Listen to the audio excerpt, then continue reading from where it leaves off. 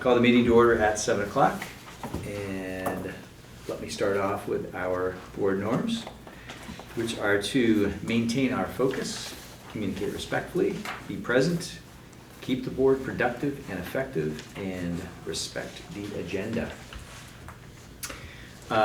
Changes to the agenda. I have one. We are going to add an executive session. Does anybody else have any other changes? I don't have a change for you. I just want to introduce Dana to the Oh. board. Yeah. My apologies. This Should have is, started off this with is that. Dana Quadro down here. This is our new assistant principal this year. 30-plus year veteran of middle school teaching and administrating over in Bells Falls. So he joined us this summer, and it's been a great addition. Thrilled to have him. So he wanted to come say hello, meet you guys, and Hello. Dana, welcome. Thank you. Appreciate it. All right, moving on to our student report. Alright, so at the last meeting I told you guys about the new class and the town halls that we're going to be doing for this school year, and we had our first one just about a week after that, where we talked about the food, and we had our chef Jake come, and he took our feedback really well. He implemented a lot of changes that we wanted, and I think it's improved the food, and students are really happy with it. And next Friday we have our next town hall, which we're going to be talking about budget and what the students want improved in the school. And then we're going to bring something to the board of what the students want and how they can spend the money. Love that. Last Friday we had a pep rally for the support of the 2 varsity games on Saturday and Rocktoberfest, that was Friday night. The pep rally went phenomenal. Couldn't ask for a better pep rally. It was great. Everyone was really excited. And we got a lot of support for the soccer games on Saturday. The soccer teams are doing pretty good. The girls are doing amazing. The boys are not doing as amazing. The theater program is still doing rehearsals for the Addams Family. The show is November 10th and 11th and 12th, I think. Thanks, Mom. Thank you. What else do I have? Not much. That's it. Thank you. Thank you. Thank you. Any questions for Spencer? I'd love to hear a few examples of some of the changes that the chef implemented as your recommendations. Check. So a lot of kids talked about, so last year we had a panini bar that was implemented in the kitchen, and that wasn't here when we started this year. So a lot of people recommended that, and over the weekend, just because we had the town hall on Friday, over the weekend he implemented that, which was amazing. Wow. There was a couple breakfast options that different people wanted, and he also implemented those very quickly. He listened very well, and Jake did an amazing job of listening to what the students wanted, and it was awesome. Awesome. Thank you. That's fantastic. All right. The power of your voice. Nice. Any other questions, comments? Thank you. Really appreciate it. All right, moving on to correspondence. Ryan, you're here, so you would like to speak to the 2 different ideas, proposals that you have? Okay. So the first one is a alternative to physical education. We promote this equal opportunity education in the school, in the state. But I know even in middle school and high school, you get those few kids who don't want to participate because they don't feel comfortable, whether it is that certain activity or just they don't want to be there in that direct class. So creating an alternative to physical education, as long as it's I think of physical education as active learning. If they have whether it's extra community service, like they want to help out in the community, instead, that could be something set in the beginning of the year, knowing this is your alternative program, you have to achieve the number of hours that is allotted per semester to get credit for physical education. So this is more like a base idea on the correspondence letter. Like, I know there's a lot of little details that would have to be figured out, but I feel like it's an extra opportunity for kids. Like, I recently just had my daughter sit out, the last 2 gym classes for various reasons. But if there was an alternative, she didn't necessarily feel comfortable with that section of learning in physical education for the semester. This could give a different opportunity, so she's not going to end up failing or getting a poor grade because she's not participating. So feel like there's many opportunities out there that kids can learn that doesn't have to be just in a gym class, as long as they're being active and they are learning something. I feel like that qualifies as physical education. Okay. Excellent. So that's the first one? And the second one is, I didn't actually realize this until probably last month. Sorry. That I've noticed a lot that a lot of parents may not know where they can find out what their kids are learning, because you can't ask your kids what they learn because I don't know. But I just recently found out you could go on the WCSU website, like it's probably several links, but I don't know how many parents actually even know that they can check out what the syllabus for each class that these kids are taking from kindergarten all the way through high school. So this was more in reference to that parents should be notified to parents to, whether it's, it's obviously something that's already instilled, but maybe a notice out to parents, like a link, hey, this is where you can find this information, and kind of leave it up to the parents. So this correspondence was to have something put in place so parents can find out what each class, what their kids are learning on their grade subject. So it kind of allows some transparency to what the kids are learning and helps parents understand what subjects these kids are learning as well. Okay. So as I understand it, you found out that there actually is a way Yes, to- but I think to it should maybe be brought up to parents' attention, because I don't know, because I didn't know, and I really don't know how many parents know that they can obtain this information and where. Gotcha. Well, Okay. more do right now, thanks to you. Very true. Okay, great. Thank you for bringing both of those. Really appreciate it. And we can certainly check in with the PE department, administration. I might be able to shed some light on Please. both of them for you. So just to clarify, what he's describing on the website is the scope and sequence for the curriculum. And so it's I wouldn't necessarily call it a syllabus, but it does lay out sort of what the content and skills that are going to be covered. And in certain areas, it's very specific about when it'll be covered throughout the course of a year. And that's pretty tight up through middle school. High school, it's course driven, so it's a little bit different, but that is on the website for at least some of the larger content areas, but not necessarily all the other special type content areas as well. So I just want to make sure that people knew that's what he was talking about. And that is, while it is there obviously for parents to see, it's really, I think it's there really more for teachers to have the access to the resource that they know what they're supposed to be doing. But obviously transparency is there, so sharing that out with parents, I think is pretty easy to do, really, just so they know. I'd be happy doing that. As far as the phys ed question, the one thing that I just want to let the board know that there are national standards for phys ed and health from the Society, I'm going to screw up the name of this, Society of Health and Physical Educators. I guess it's not that hard. The SHAPE, it's the acronym is SHAPE, it's the SHAPE standards. And those are the standards that we follow, that Vermont has adopted as Vermont's standards for phys ed and health, and that's the the framework of the curriculum that are used K-12 really for phys ed and health. So that's what he's proposing could potentially work as long as it was aligned with standards.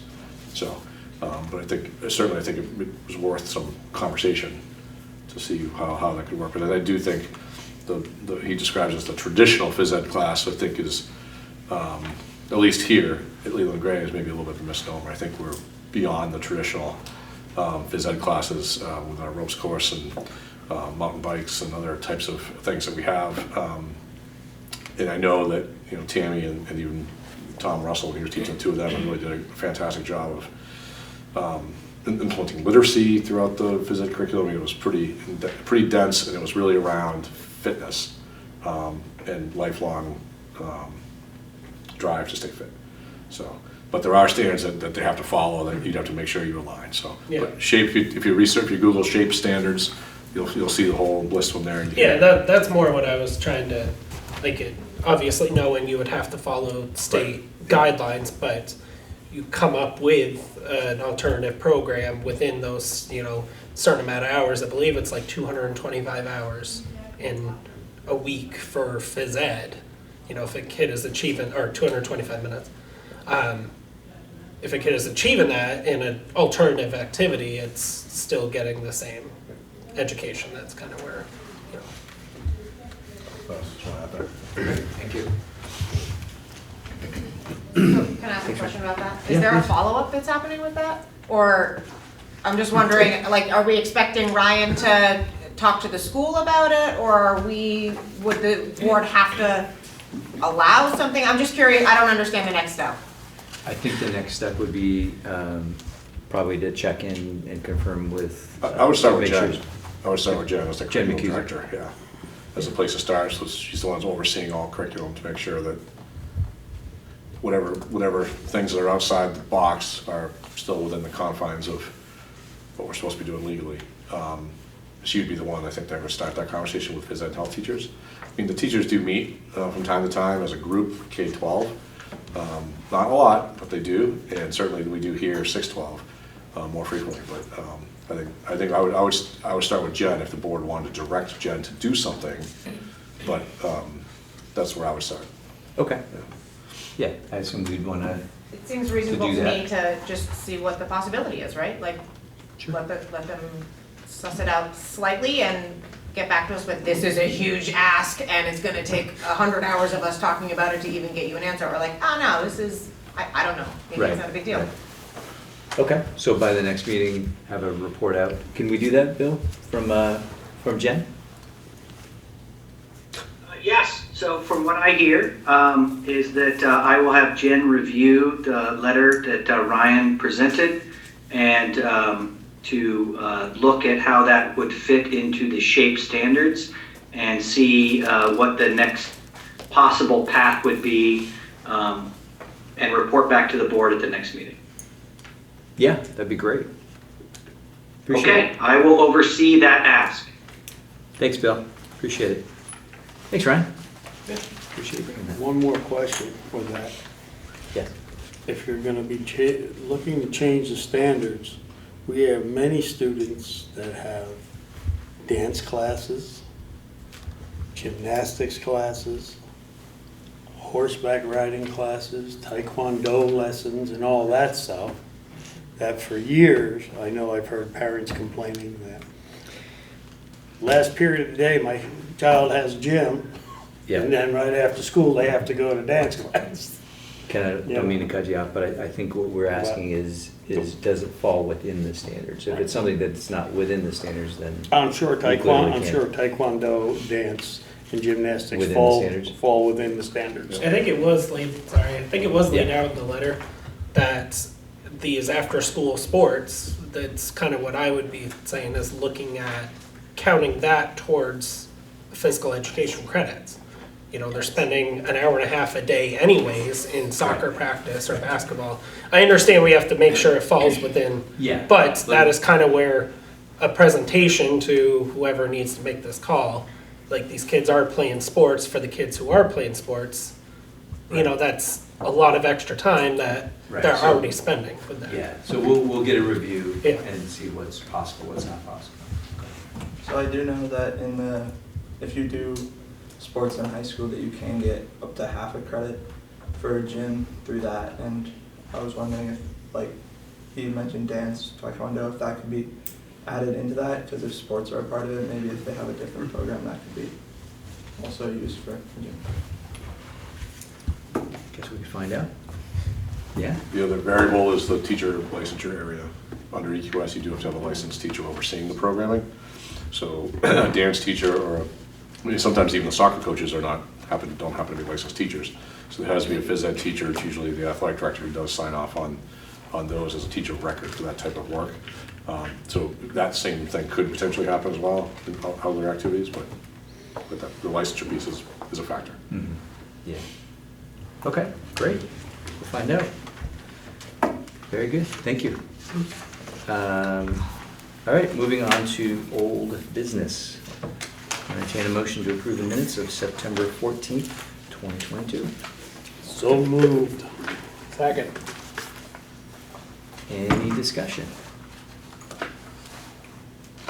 Seeing none, let's see, who do we have? Just Dana, I think. Just Dan. Oh, yeah. Oh, and there's Crystal. Nick. Okay. Crystal. Oh, And Crystal. Oh, okay. Jeez, wow. Cutting people out here. Dana, how do you vote on that? Aye. Mike? Aye. Crystal, if you're feeling well enough? Aye. Okay. Aye. Aye. Aye. Aye. I almost said yeah. There we go. All right, motion carries unanimously. Thank you. And approve the financials. Danny, you got the number?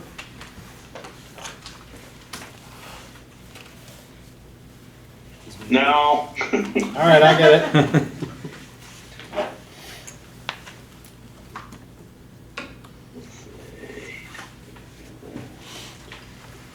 I just sent it to her the other day. Yeah, I know. So I'll make a motion to approve, let's see, it doesn't have a, the general fund pay order in the amount of $82,653.45. Is that the only one? I That's the agree. only one. Okay. I'll second it. All right, any discussion?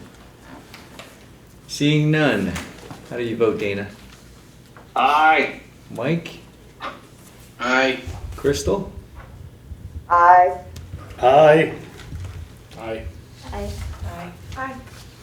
And aye as well for me. Motion carries unanimously. Thank you. All right, long-term planning update. Let's start with the feasibility proposals. And I will not be speaking anymore. Turning the meeting over to Joe. So just, Bill, you want to talk? Yeah, Okay.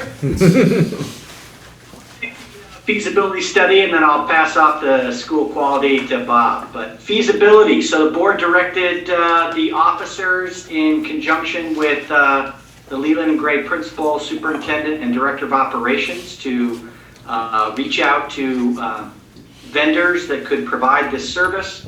We met with 3 different vendors.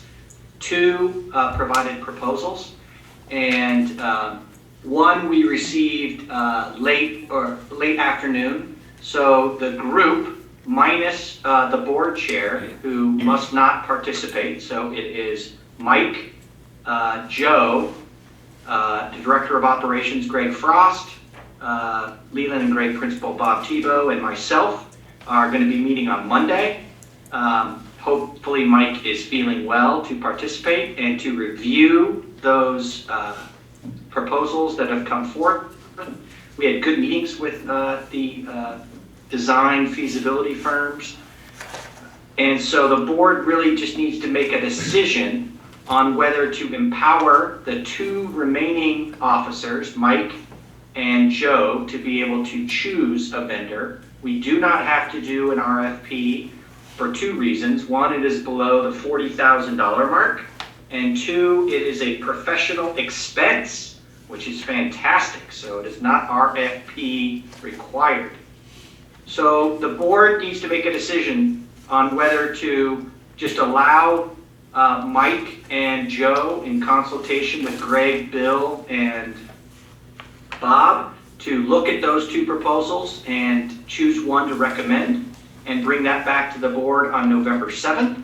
Or the board can empower Mike and Joe to, in consultation with the Director of Operations, Principal, and Superintendent, to choose one of the vendors to start the feasibility study.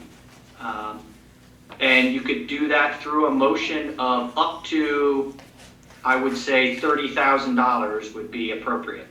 So I'm asking the board to consider which option they would like to hear.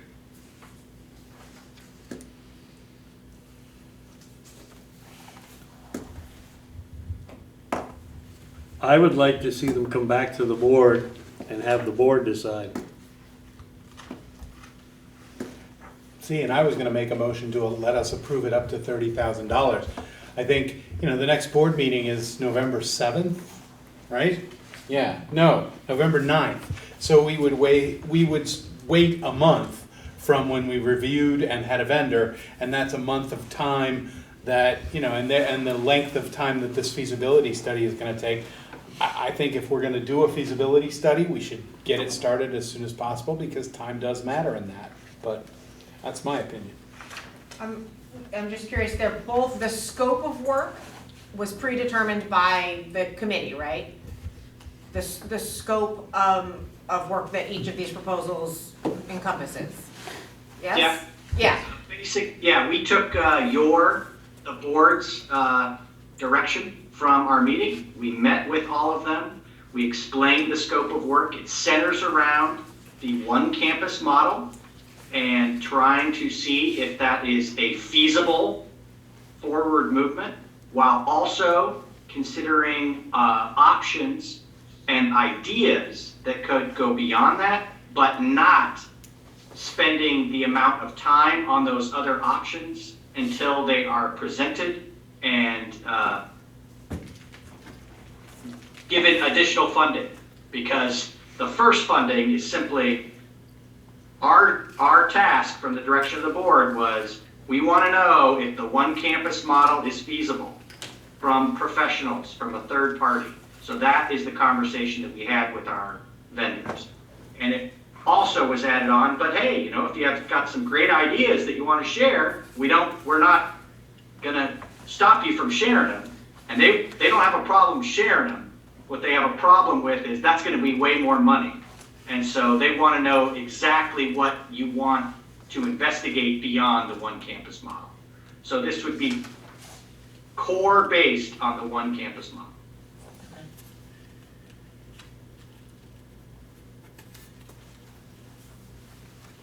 I see Dana? Dana had a question. Go ahead, Dana. Hey, Joe, if you and Mike are comfortable in making a decision on our behalf, I would go ahead with going ahead and not worrying about coming back to us again. I just think it's worth making the decision to gain the month of time. These guys are all really busy. I know one firm was like, well, we can talk about this next year. So that was my thinking on that. Crystal, I see your hands up. Go ahead. I agree with Dana. I think we all gave our input as to what we wanted the study to be. And I think we all trust Joe and Mike to make a good decision.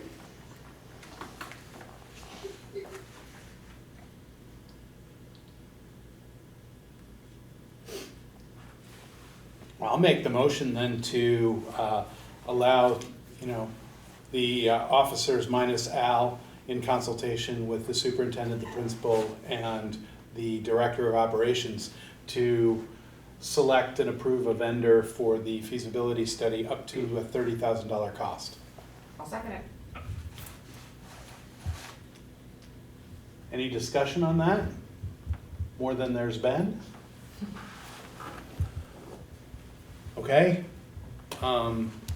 Then all in favor, we'll start with Zoomland. Dana? Aye. Mike? Aye. Crystal? Aye. Ken? Nay. Sarah? Aye. Aye. Aye. And I. All right. And just for And the record, Al I abstains? abstain. I was gonna say, you're abstaining, right? Just for the record, All right, yeah. so the motion carries. Thank you. Al, All back right. to you. Thank you.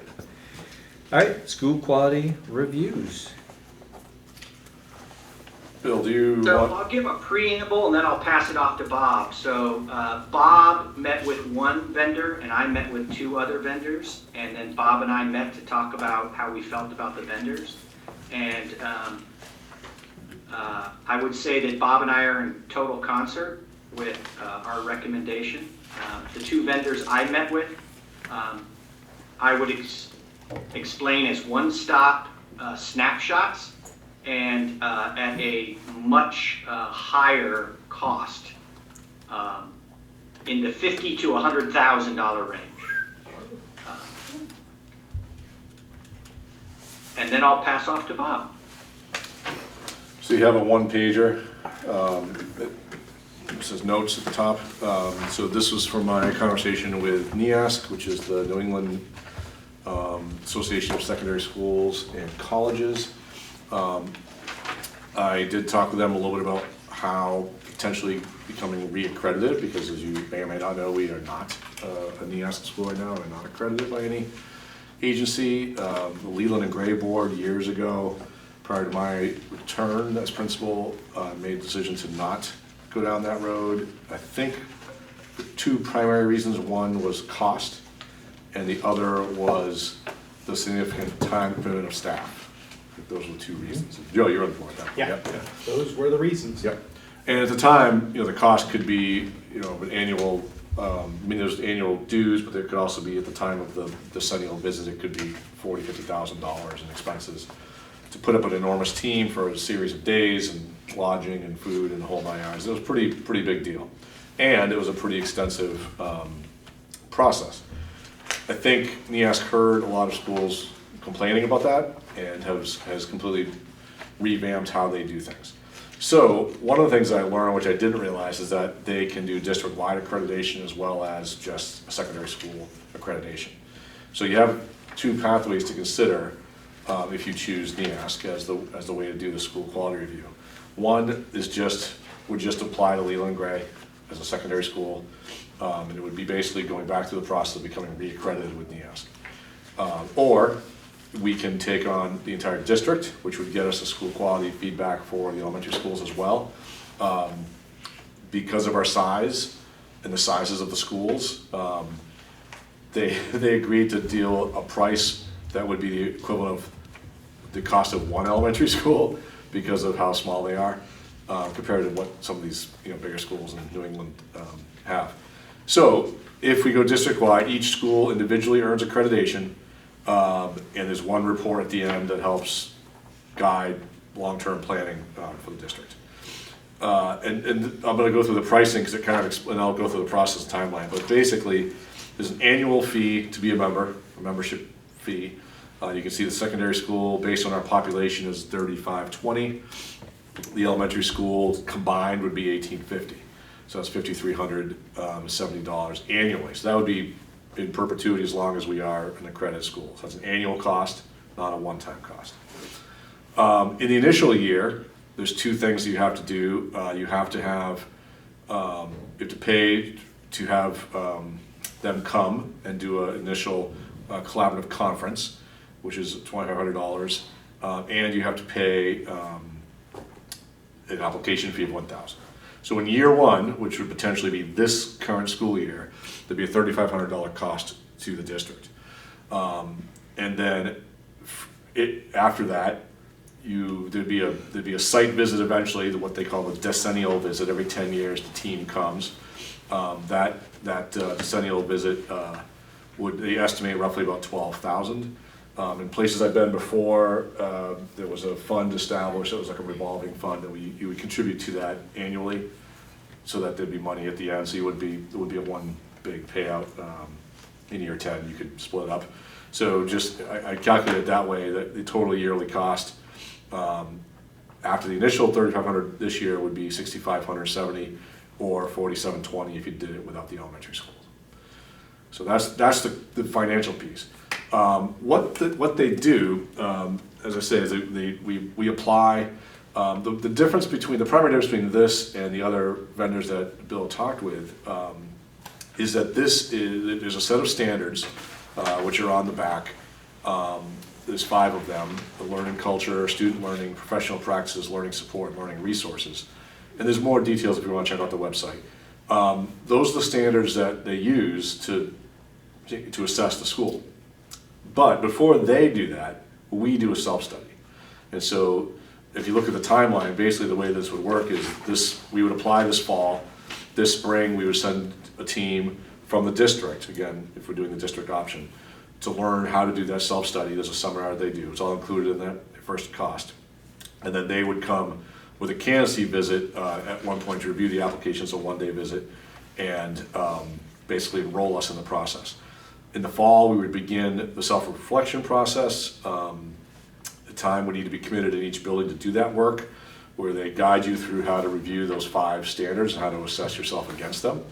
And then in the spring of that year, there's a 2-day site visit, which again used to be like 4 days in the old system, by a much smaller team, 5 or 6 people instead of like 15. So fewer hotel rooms, less food. That's why it's less expensive. They come, they study our self-reflection, they triangulate our results, our conclusions, and then they make a report back by the end of that school year. So the downside from this is that you wouldn't get a report until the end of next school year. However, the good side of it is that the staff would be fully engaged in self-reflection first. If you bring in an outside vendor, one of the dangers of that is that that outside vendor comes in and says, you need these things that you don't have. Here's your report. And they are, in a sense, driving where you want to go, which might be good. I mean, you would hope it'd be good practice for $50,000 that they're recommending, but you just don't know if it aligns with what the district wants or what the vision is. This way, within the confines of those standards, we have much more control in shaping where that work goes and really setting that vision for the district. So you might not it might not be quite as detailed as $50,000 one in, one out jobber, but in this one you will actually get, it's more of an ongoing iterative process with input from all the stakeholders that is ongoing. So after that initial report comes out, you have to continue to do that work. There's a 2-year report, there's a 5-year report, and then at the end of 10 years they come back and do it all over again with a self-study first. So anyways, I also really strongly believe that given some of the concerns that have been expressed specifically about Leland and Gray through the long-term planning conversation, that having us get reaccredited could be a really good thing. So that, Bill and I kind of talked about this. We went through the levels of detail here, and I think our collective recommendation is that we do it as a district, engage all the schools in the process, and just know that we have to build in time in the fall to do that self-study next fall as well. So, Mike, I have a quick question about, so because of the longer timeline on this, if the long-term planning process moves along somewhat rapidly, and if changes are made within that 2-year time frame, how does that affect everything that we paid for? well, I mean, I'm not sure how different it would, well, the payment's gonna be the same regardless. Let's say you combine into one elementary school, they're only charging us for one anyways. I So, just from mean in terms of the work that's done. Right, so the financial piece is gonna be equal regardless. The work that's done, I mean, what we'll see coming out of this is if 3 different elementary schools are doing a self-study aligned with these standards, and they're doing it really separately. Now, JVS, I think, would probably need some support, as there's only a very small number of staff that do all the same work that Leland and Gray. I mean, it's basically the same self-study that we would do with 40 professional staff members. So I think that you'd have to think about how that would go. We would consult with NEAS to give us their thoughts on that. But I think you'd end up with, in theory, 4 different self-study reports that would you can kind of see where the blend is. And then when the visiting team comes, they can help us align that vision as well. So if you have one school that's like operating way over here, then we can self-correct that. If there's equity issues in how this stuff comes out, we can self-correct as we go. As you guys know, you're gonna have a new superintendent, so having some vision setting work to help that person lead. There's going to be potential principal turnover in a couple of places perhaps, and so having some places to have those people have some process, part of that process, and that self-reflection I think could also be really valuable. My first year at Springfield was the year of the visiting committee for NEASC, and so I had to, when I arrived in the fall, I had to help the staff. They have to vote on their own self-study reports. Like a committee writes a report about a standard, but then the whole staff has to agree to it. And that's a process. So that by the time the visiting team comes in the spring, the entire staff has agreed on this collection of things. So for me as a brand new principal walking in, like I had that whole year to kind of understand the lay of the land so that when we got the report and the visiting team was there, they could set us up really for like where we're going. And it just provides a lot of good information that I think boards would be pretty happy to see. Certainly administrators would be as well. I did talk to a couple of veteran staff members who have seen this before and asked, hey, I know this is a lot of work if we had to undergo this right now, and I know we're still reeling a little bit from COVID and like all the challenges. What would you think about us jumping into this right now? And the several that I talked to who are people that I think speak for the staff, who I really trust, were like, yeah, we need to do that. It's been too long since we've looked at ourselves. It was the year 2 or 3 years before Durin left. I think they did the tri-school thing with Mill River and Otter Valley. I think it was Middle River and Otter Valley. It was like a partner, but that was, I came in the summer of 16. That was probably 13 or 14 maybe? Yeah, 13? Yeah. So it's been a while. So to jump into this, it's been 10 years. It's like we're due. And the elementary schools have probably never done anything like this. So anyways, that's our pitch. There's more information on their website, obviously, if you have other questions.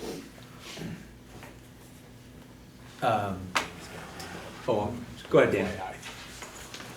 Bob, is there community input on this? With this? Did they talk to the community? The old method, they were there for 4 days, and I remember they came on a Sunday, and the Sunday was like parents and community members would come into the building, and you had to do a big thing. I don't know, because this is only a 2 or 3 day, 2 days. I don't know how much there is of the community input, but I can certainly find that out. There might be other ways of collecting that information versus like having them actually visit with team members. But I can look into that. Any part of our long-term planning palette thing, do they take that into account, or? I think they're gonna look at whatever we show them. Okay. So that wherever we are in the process of long-term planning at the time that we're doing our self-study, that's what we're gonna be showing them. And if that's in the middle of a transition, then we're gonna be talking about that transition, and that, that could be interesting too. Yeah. So. Thank you. Yep. Thanks, Dan. Anybody else? I agree with Bill. I think we should do it for everybody and just start it. And doesn't matter where the long-term, planning committee's going, because our goals still have to be the same. Yeah. And we still have to get accredited, so I say do it. All right. Matter of fact, I'll make a motion Aye. to do it. So your motion would be to take the recommendation. Take the recommendation of the superintendent and the high school principal, Bob Tebow, to go ahead and get accredited by, NEASC, right? As a district, right? As a district, yep, not just the high school. I'll second that. All right. Any further discussion? No. Seeing none. Move out to Zoom land. Dana, how do you vote? Aye. Mike? Aye. Crystal? Aye. Ken? Aye. Aye. Aye. Aye. Aye. And I will make it unanimous. Thank you. Motion carries. Thank you. Appreciate it.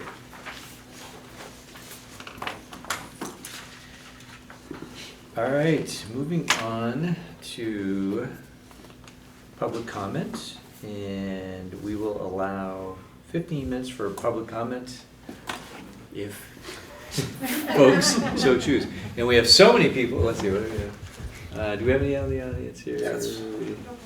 All right, we'll start with 3 minutes per person, how's that? And then we'll come back. Anybody at all? All right, wow, very good. Seeing no public comments, we will move on to new business, and we'll do principal reports. And if I could just ask folks to keep to, say, 3 or 4 minutes, unless, of course, we have lots of questions about any particular principal report. And let's see, who do we have out in the, see Renee. Yep, Renee, Monica, and Scotty are all there. They're all there. Monica's got it, okay. Renee, why don't you go ahead first? Hello. Okay, Townsend, a lot has happened this month. So, let's see, we have a bunch of PBIS stuff to share, our positive behavior. We had our open house community event where the parents and families were able to come into the classrooms for about a half an hour. Students showed them their desk and that space, and they were able to meet the teacher, and then everyone gathered in our cafeteria, and Jake from the high school made pizzas and brought them over. So yeah, I would definitely agree with Trevor and say that Chef Jake is pretty amazing. We were very pleased. This Saturday, we have our Pumpkin Fest coming up in the Common in Townsend. So we have some volunteers and lots of donations from families for that. We have some vendors coming. So it's going to be a good time. Come on down.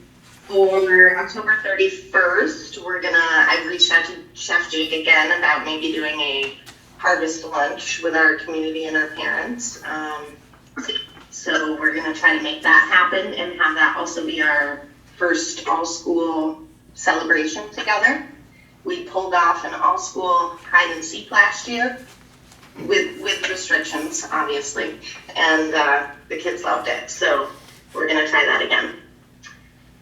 And I'm hoping to use some grant funding from our PBIS grant to get some coaching and some classroom management stuff at Townsend with Greg Stoller, who's leading up our SEAL team. Just like a new committee this year that's putting out family surveys and things. We had our data meeting, so all of our testing is done. It looks great. We're noticing a trend in students who have had intervention for a year or two that are making lots and lots of growth, which is great. So that's lining up with our MTSS systems. We have our parent conferences coming up tomorrow and Friday. We're offering Zoom or in person, and we're planning on getting parents to fill out that parent survey from our new survey platform that the SEAL team is using. So.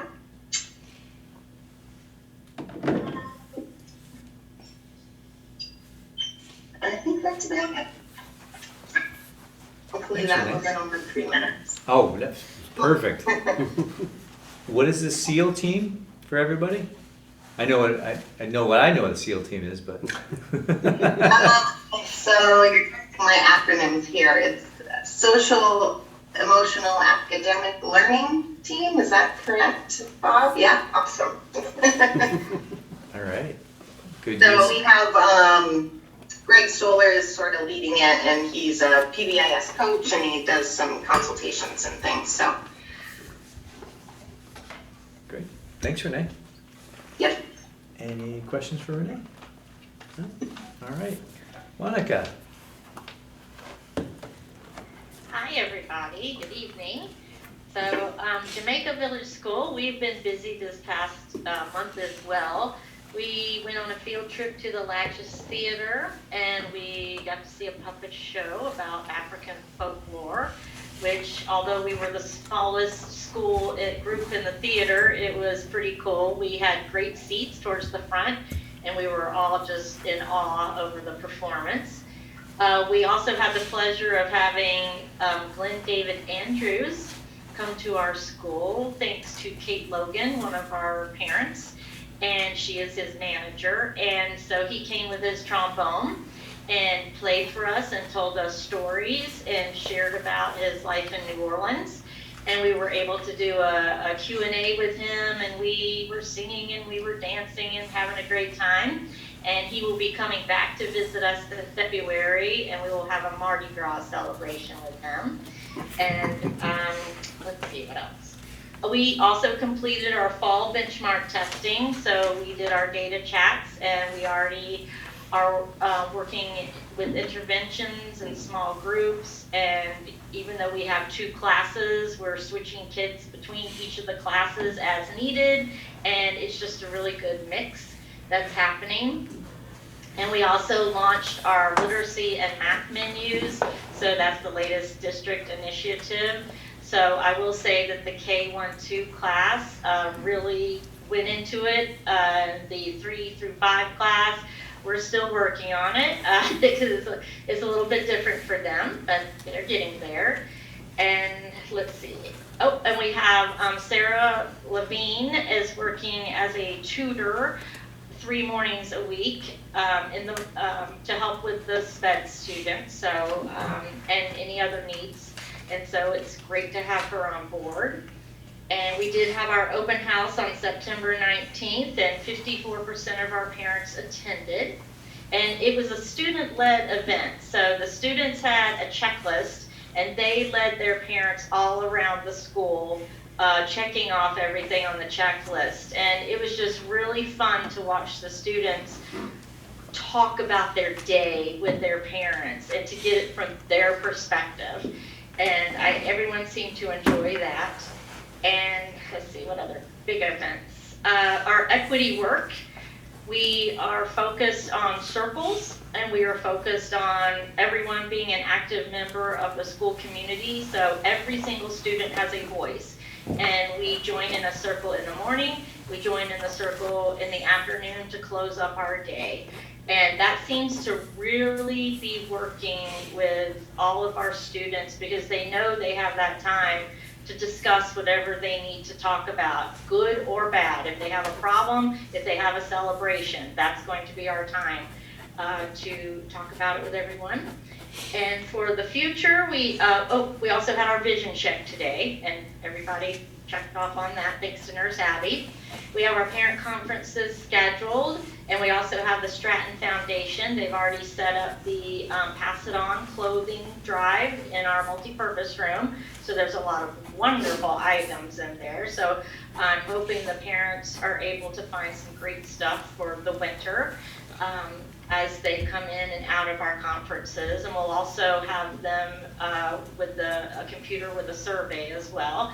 And in our newsletter yesterday, I did send out the QR code for the survey that Renee mentioned as well.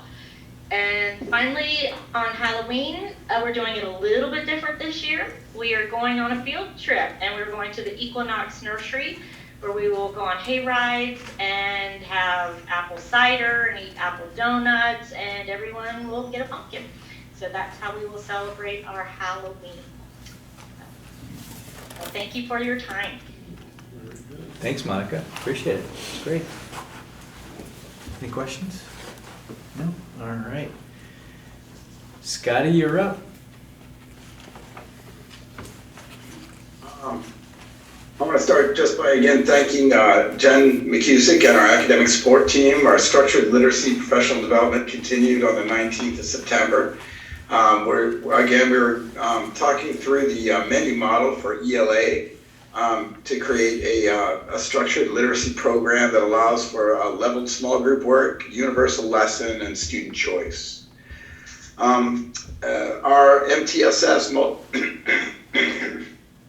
multi-tiered system of support kickoff has been happening over the last month. And I want to thank Michelle Hartje from the central office who came down to meet with me to help me structure what it would look like in our building. I'll be meeting with the teachers every other week to look at all the children on their caseload and to talk through any problems that might be occurring and what possible solutions we have in our midst, which is what I really love about our version of NTSS is that it's really going to allow us to intervene with kids immediately and not wait for any kind of plan to be created, which is really great. Get the kids what they need. Each of our K-3 teachers at Newbrook went to foundations training over the last 2 weeks. And I really appreciate them all doing that. They had to write lesson plans for the day, and we had got subs for them, and each of them went to a remote training. Some of them had never been trained, and others had been trained, and this was a kind of a review. I went to a mentor training today with our superintendent at Montpelier, and I hope to mentor newer principals and administrators, helping them to understand themselves as learners and as problem solvers. I want to thank Pat Mace and Greg Frost for we're almost ready to kick off our new key card door lock systems at Newbrook, which is going to be very exciting and very safe, and that will be wonderful. I also want to thank West River Transit. They provided us with some radios that we can communicate with the buses, which is a very big deal. We had always hoped that our cell phones would work, and they really never work in the West River Valley, so that's a big deal. I've met with my colleagues, Renee and Monica, and we're in the early stages of planning our winter activities programming. We hope to be able to offer 4 programs this year and some choice for families and for students, so that'll be fun. I've got some events to go over. We've got Family Conference Days coming up tomorrow and Friday. Our circus residency is October 17th, 21st, and on the 21st we're going to have a circus at Newbrook, which is going to be really fun with Troy Wanderley, our great circus master. Unity Day has been planned by Meg Perspolo, who's our social emotional learning professional. And so on October 19th, we're going to wear red for kindness, acceptance, and inclusion. And the whole month has been all about bullying and what we can do to make our school a safe and healthy place for everyone. And finally, our Harvest Dinner is going to be on November 10th, which is always a really fun event. It's going to be the culmination of some work that a few of our teachers did with a resident artist, and I'll give you more details as that gets closer, but it's really exciting. It's one of my favorite nights of the year at Newbrook. Thank you all very, very much. Thanks, Scotty. All right, Bob. All right, I'm gonna break the record on time here. Better. Nothing happened. Nothing happened. I mean, there's a lot of stuff in here, but I'm gonna highlight just one thing. Coming up next week, we are hosting a reality fair. So the Brattleboro Development Credit Corporation, which is a Windham County Economic Growth organization, is helping put together an opportunity for juniors and seniors to go through kind of like a game of life, if you will, like the old game of life where kids are going to select a career, they're going to go in and receive a salary amount, they have to go to a bunch of different vendors who are actually real vendors. So when they're looking at housing, they're talking to an actual real estate agent from the community, car dealership, cell phone providers, all of that. And they go through and they figure out their budget and how much they can afford and so on and so forth. If their budget doesn't line up, they get sent back and have to figure that all out. And then the second half of it is they do that, and then the second half, and that's I think in the main gym, and then in the Dutton gym we have a variety of different outside people who are doing different kinds of things. So there's someone I think doing changing a tire outside of Dutton. There's somebody doing I think a lease versus buy, like a financial literacy kind of thing, and just a bunch of different like real life hands-on things that we all wish we had when we were in high school. So Terry Davison-Berger, who does the senior survival course, works very closely with Christy Bennett, who has presented here before. I think you guys have even voted to put money into that program as well. So we are the host. So Brattleboro, Career Center, Twin Valley, and Bells Falls are all sending students here throughout the day to do this, which is very cool. And so our juniors and seniors will all be able to participate as well and go through that process. So we're looking forward, and the press will obviously be covering it too. So, but yeah, real bankers, real estate agents, car dealership, the whole nine yards. It's going to be really cool. So we'll get some press about that, and you'll see it in the paper. So That's great. I think it's next Thursday. So the reformer will be here? Yep. Any other papers? I don't know. The BDCC is the one in charge of the press for it, because it's their event. We're just hosting it, but working with them to put it together. And, yeah, pretty excited. Yeah, it's fantastic. Sounds good. I wonder if there's an opportunity, like if Suzanne Pa might be able to get some video clips of it, or? Well, we're working, as an unrelated note, we're working, actually have a meeting with the principals next week, I think, to nail down the PR stipend thing that you guys put in the budget for this year.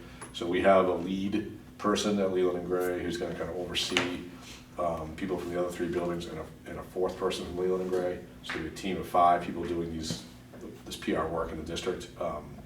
And so, yeah, you'll see a lot more stuff. Social media as well as traditional press releases and things like that too. So, yep, get ourselves out there a little bit more, tell our story. Good. That's fantastic. Great. Yes, sorry. Yeah, Go no ahead. problem. I just wanted to add on to what Bob was saying. A little birdie told me that there may be more volunteers they're looking for the reality fair, at least as of a couple weeks ago. They had some spots that weren't filled. Are you our insurance person? I am your insurance person. That's what I think. When you said that, I was just like, yeah, I think you are, yeah. But it was the end of September when Christy had sent me some more information on it. They were still looking for some volunteers just to help navigate the students through and whatnot. Sounds like it should be a good time, so if anyone's interested, reach out to her, and I'm sure she'd appreciate the help. Nice. That's great. All right. Thanks to all our principals, appreciate it. Mr. Bill Anton. Yeah, I just want to, before I dive in, I just want to point out how important it was for the board to be so forward-thinking about supporting the Brattleboro Development Credit Corporation and the partnership with preparing our students for the future. Things like hosting the reality fair don't happen unless you are a dedicated partner, and I think we as a community have been a very dedicated partner at the school level, and I think the board really stepped up to the plate in budgeting last year to formally support the Brattleboro Development Credit Corporation in pipelines and pathways. So I just wanted to point that out. You guys don't pat yourselves on the back very often, so I wanted to make sure I got to pat on the back. And then also your foresight to having stipends for some social media push out. So that can easily happen in events like this, and it can get out and it can spread, and it can be a really positive virus in the community. So just wanted to thank the board for your prescient thinking, because you guys thought about that stuff a year ago and it's coming to fruition now. So just really appreciate that. I have a couple highlights. I've provided you a written report, but one, I just had a very exciting day with Bob and Scotty are on this call, and 24 adults and 7 students met for our first JEDI meeting of the year, and we had our facilitators on site at Leland and Gray, which was fantastic.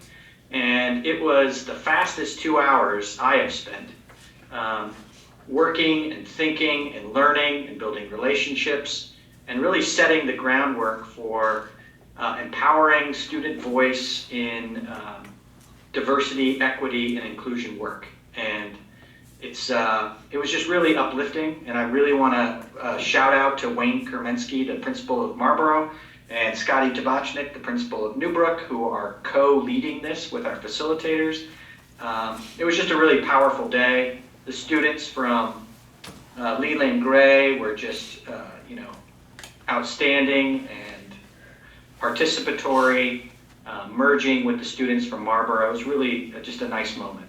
And then to build on that, I want to give credit to Bob and Dana for really recruiting and supporting another initiative that is going on with our facilitators from the collaborative in Northampton to work on an inner dialogue group. And I would let Bob speak to what the inner dialogue group is a little bit. It's in his report, but essentially what we're trying to do is trying to empower students to learn how to have really high quality civil discourse, how to have debate in a community, and how to become leaders with that kind of communication. And that won't happen if you don't have your administrators on the ground really looking for kids and encouraging students and trying to support them. So I want to give a shout out to both Dana and Bob for making that happen.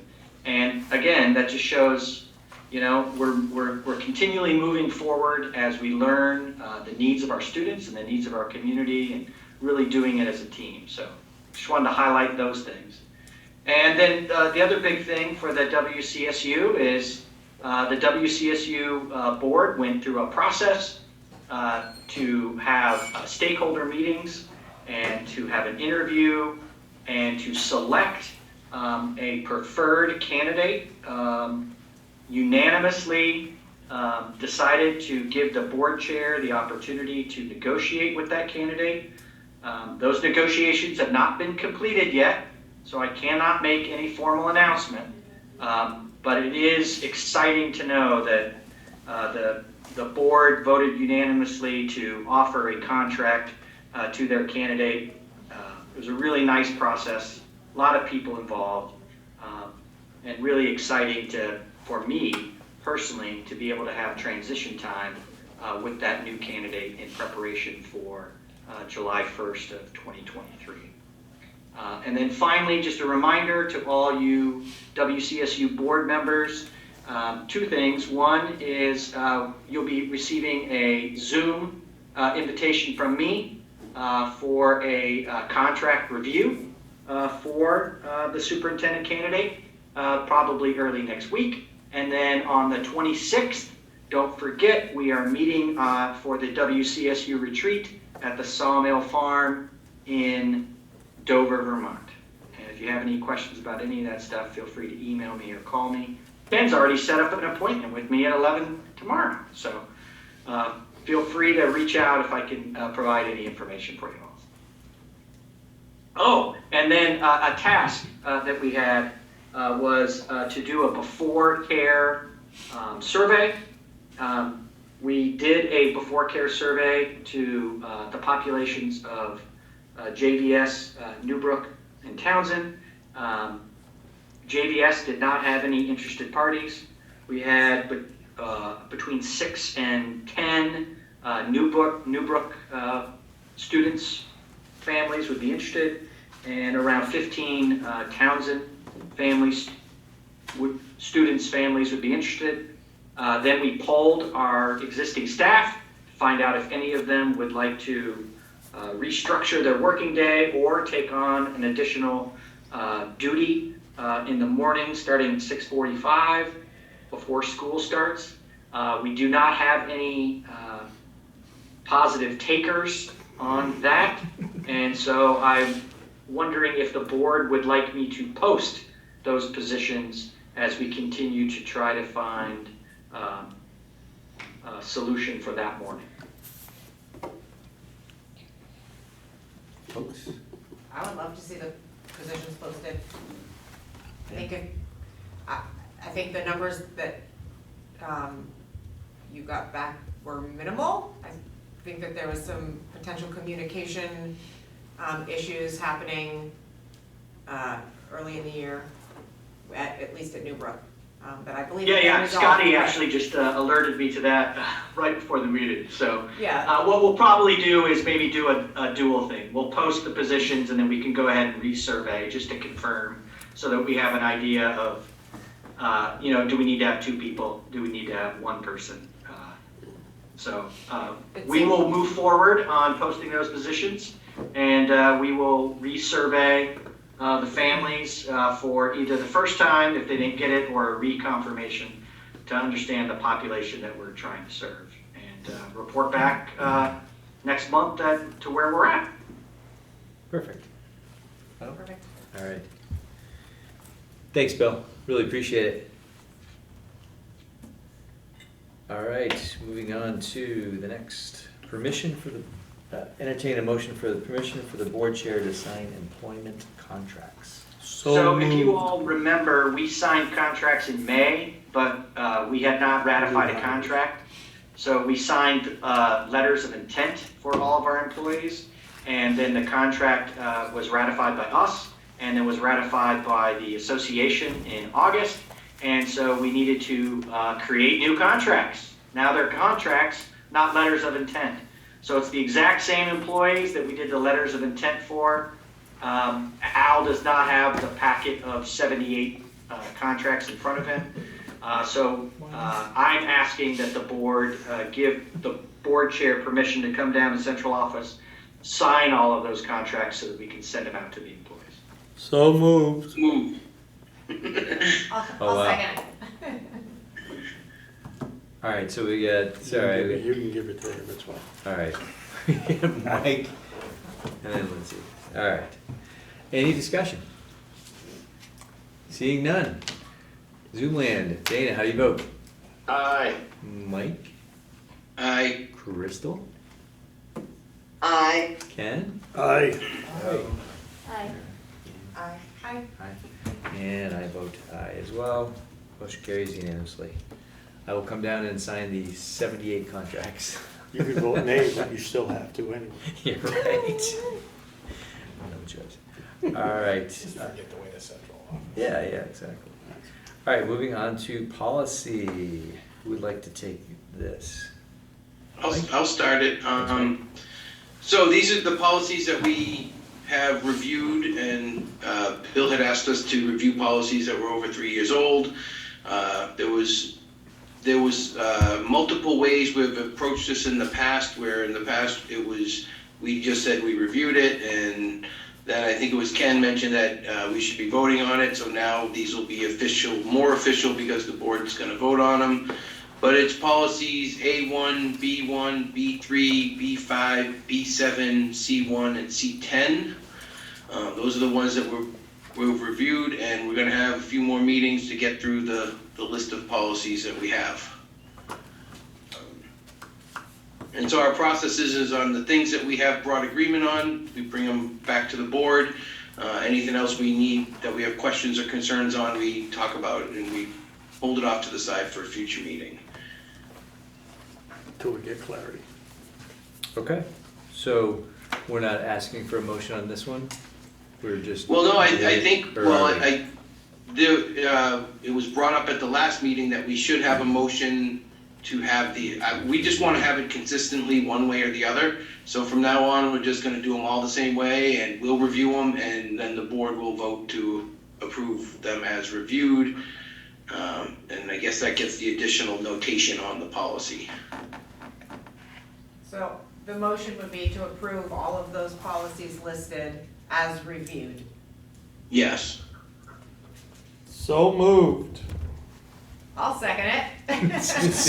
Wasn't that a motion? Snuck that one in. Too much pause. All right, Ken, all right. Any discussion from the motion maker? Nope.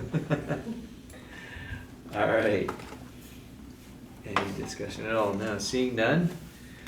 All right, let's take it to a vote. Dana? Aye. Mike? Aye. That's two, you only get one eye. Mike? Aye. Crystal? Aye. Ken? Aye. Aye. Aye. Aye. Aye. And I say aye as well. Motion carries unanimously.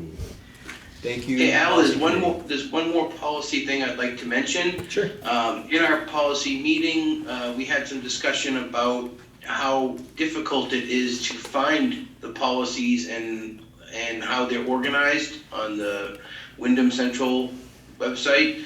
So we were thinking, we had some discussion about maybe at some point we make a policy page for the West River site, and we can have them kind of the way the VSBA does them, where you can just see required policies and then have them all in order, because they're not all in order on the SU webpage. So that's something that we would like to do too. Great. On the West River page, you're saying? Yeah, Yeah. I guess it could be the same on either, but we just want to have some more organization brought to that page. Easy to find for parents. Makes and sense, staff. yeah, because it is, like you say, it's all laid out at the state in terms of the recommended. Yeah, some of them are required, and we want to know if we're, like, Bob asked the question, well, do we know that we have all the required policies? And we thought we did, right? But it's really hard to go back and match everything up, so. Gotcha. Okay. That's a great point. I remember in years past, we had a spreadsheet that was pretty much just a pull from the state with that tiering of recommended or I don't remember what the other groupings are, required, recommended, and then whether or not we had the policy in place, when it was in place, et cetera. Just a spreadsheet. I don't know if we have that still kicking around. I think, I don't know, they're all kind of out of order on the SU webpage. So we were just thinking, just kind of very similar, just a little bit of graphic design, you know, like just so somebody, whoever, any parent, any administrator, anybody who works for us can come and see, okay, here's what I'm looking for, here's what it, you know, it would just be laid out better. Yeah, I like it, Mike. Yeah, I think it would certainly give folks confidence that they could easily find. Yeah. We're following all of these required and recommended policies. Mm-hmm. Great idea. Are Any? Sorry. Are Go we ahead. putting central office in charge of that? I'm just wondering if this is a task at this point.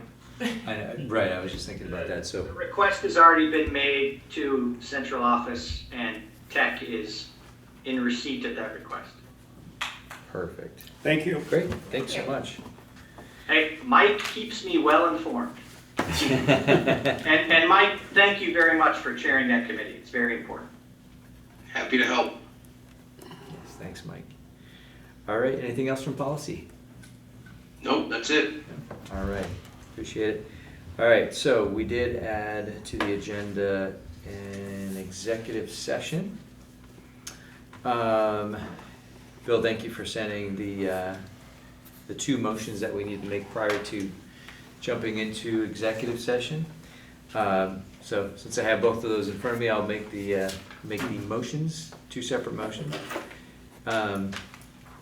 I move to find that premature general public knowledge regarding legal communications would put the board at substantial disadvantage because the school board's risks disclosing protected attorney-client communications.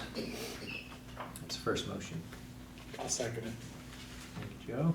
Any discussion? Seeing none. All those in favor, Dana? Aye. Mike? Aye. Crystal? Aye. Ken? Aye. Aye. Aye. And aye for me. Motion carries unanimously.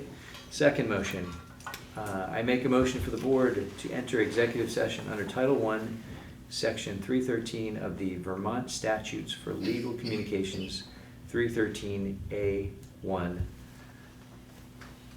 Stop there. Stop there? Stop there. Yep. Okay, thank you. Thought so. Thanks, Bill. I'll second that. Stopping there. And, all right, Dana, how do you vote? Aye. Mike? Aye. Crystal?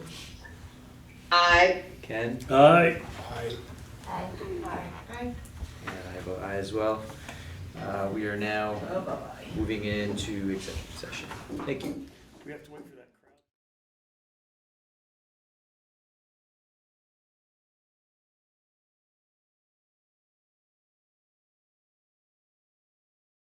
Thank you, and we're back.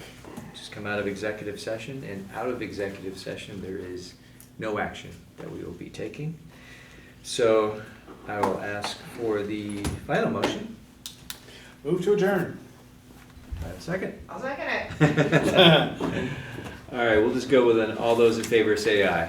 Aye. Aye. And motion carries unanimously. I gotta zoom. Thanks, folks.